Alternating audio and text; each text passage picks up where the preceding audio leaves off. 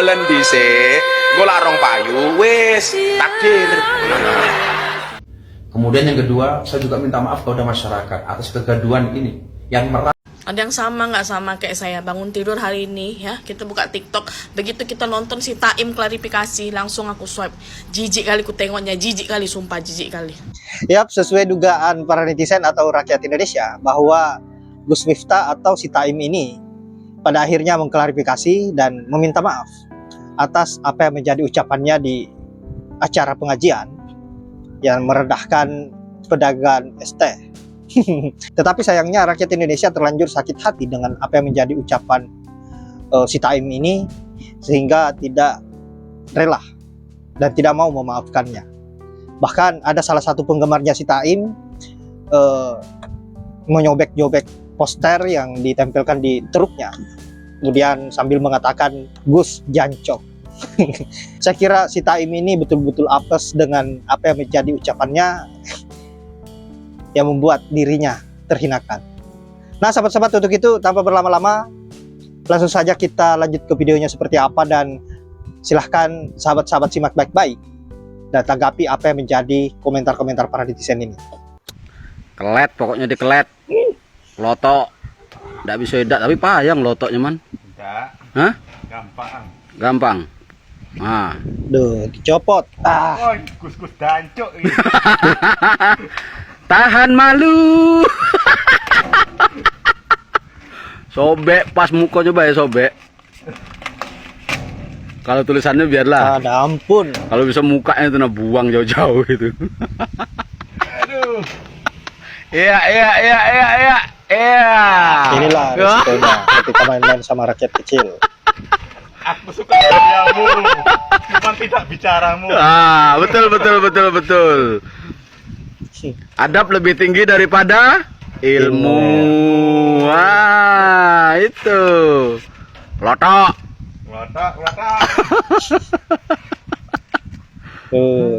Ngeri. Kau.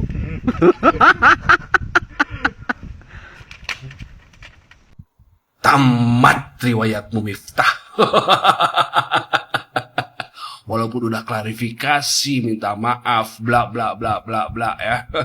Tapi netizen dan seluruh warga Indonesia sudah terlanjur sakit hati atas hinaanmu terhadap tukang es teh manis ya. Si Miftah ini kan emang Ternah Mulyono ya, yang dititipkan kepada Prabowo untuk menjadi utusan presiden. Wah, hebat. Wow, katanya sih urusan apa? Urusan toleransi ya. Toleransi kebablasan kali ya. Dulu juga kan pernah ya dia tuh buat masalah ya. Apa sih namanya? Ya kayak toleransi kebablasan gitu ya. Ceramah di gereja gitu kan. Pak Prabowo ya udahlah pecat aja nih si Gus lagi Miftah ya ini ya. Kebablasan. Sumpah gua nggak ikhlas ya, duit pajak yang gua bayar dipakai buat ngegaji orang-orang seperti ini ya. Jadi nggak ada alasan lagi ya buat mempertahankan orang-orang seperti ini ya.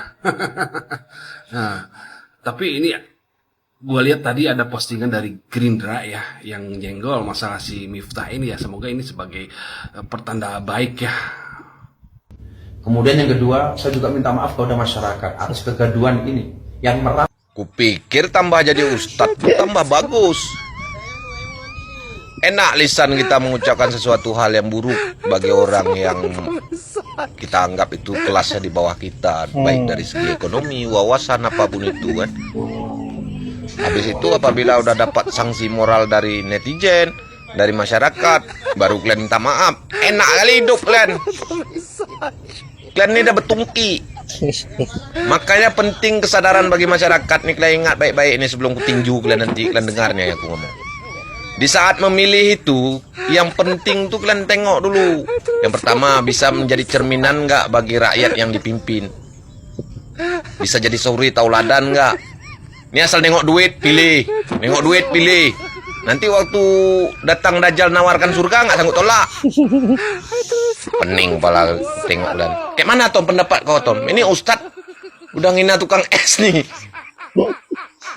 Apa pendapat abang? Abang ini pernah macam harimau juga. Netizen, udah tahu tugas kalian? Serang!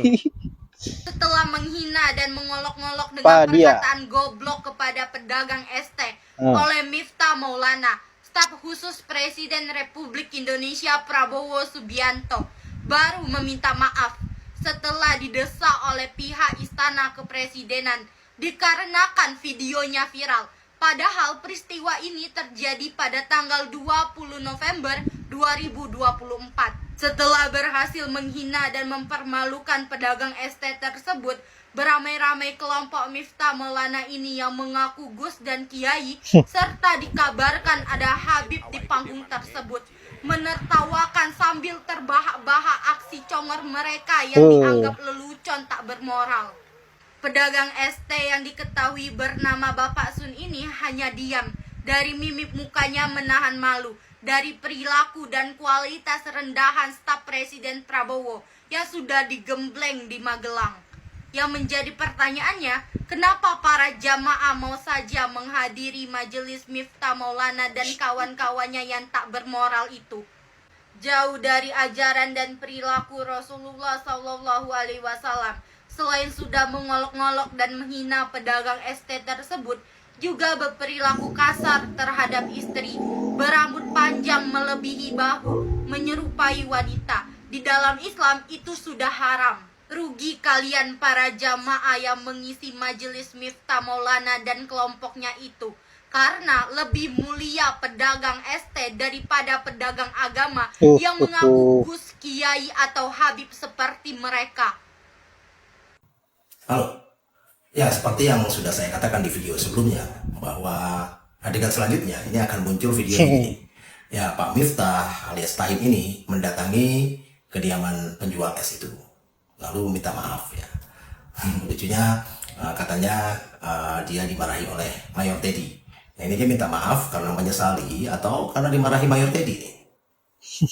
Ya, gitu. Dari hati dong. Sementara circle-nya mencoba menormalisasi dengan mengatakan bahwa itu cuma guyonan biasa dan memang begitu cara komunikasinya Pak Taim ini gitu ya. Ya, jadi bicara kasar, menghina orang kecil, menjatuhkan martabatnya di depan umum adalah cara komunikasinya dan ini sudah biasa dilakukan. Begitu.